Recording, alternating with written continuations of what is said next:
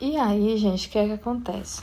Esses mecanismos de controle é tipo um ponto de checagem durante o ciclo celular, né, que garante que a célula só passe para a fase seguinte se tudo tiver ocorrido de forma necessária, né? Então, esses mecanismos controlam a frequência com que as células devem entrar em divisão, regulando a taxa de proliferação celular nos tecidos dos organismos pluricelulares.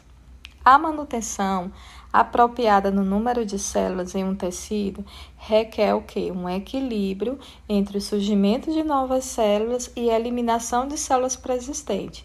Ou seja, para que novas células elas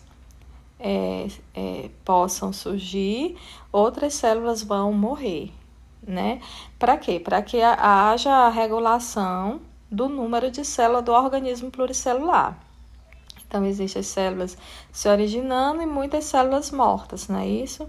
Assim como os mecanismos que controlam a proliferação celular, como eu acabei de falar, atuam processos como a apoptose. O que é a apoptose?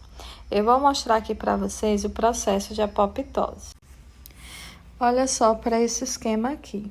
Na verdade, gente, a apoptose é a morte da célula, a morte programada da célula, né? Que vai envolver mecanismo bioquímico de autodestruição e descarte celular. Então, de maneira simplificada, o que vai ocorrer durante a apoptose? O DNA, ele vai fragmentar, ele vai quebrar, as organelas celulares vão ser destruídas, vai haver perda da forma celular normal, né? E o rompimento da célula em pequenos pedaços celulares, tá ok? Então, aqui é a fagocitose dos fragmentos celulares resultantes, finalizando aí o processo. Fagocitose, esse processo em que uma célula ela vai fagocitar, ou seja, ela vai englobar aí, né, os fragmentos de DNA de célula. Então, é a morte programada aí da célula, tá ok? E então, né, se houver uma falha nesse mecanismo de controle da morte da célula, o que vai acontecer? Vai haver um desequilíbrio, né, entre a proliferação e a morte, e isso vai ficando desregulado, né? E esse processo de renovação celular pode não acontecer. Então, se o mecanismo é ativado também sem necessidade, as células sadias, elas acabam morrendo. Então, muitas doenças que são chamadas doenças neurodegenerativas e algumas doenças também autoimunes estão sendo relacionadas com a morte da célula de maneira precoce. Portanto, é preciso entender esses mecanismos que ajudam a prevenir e tratar esses distúrbios.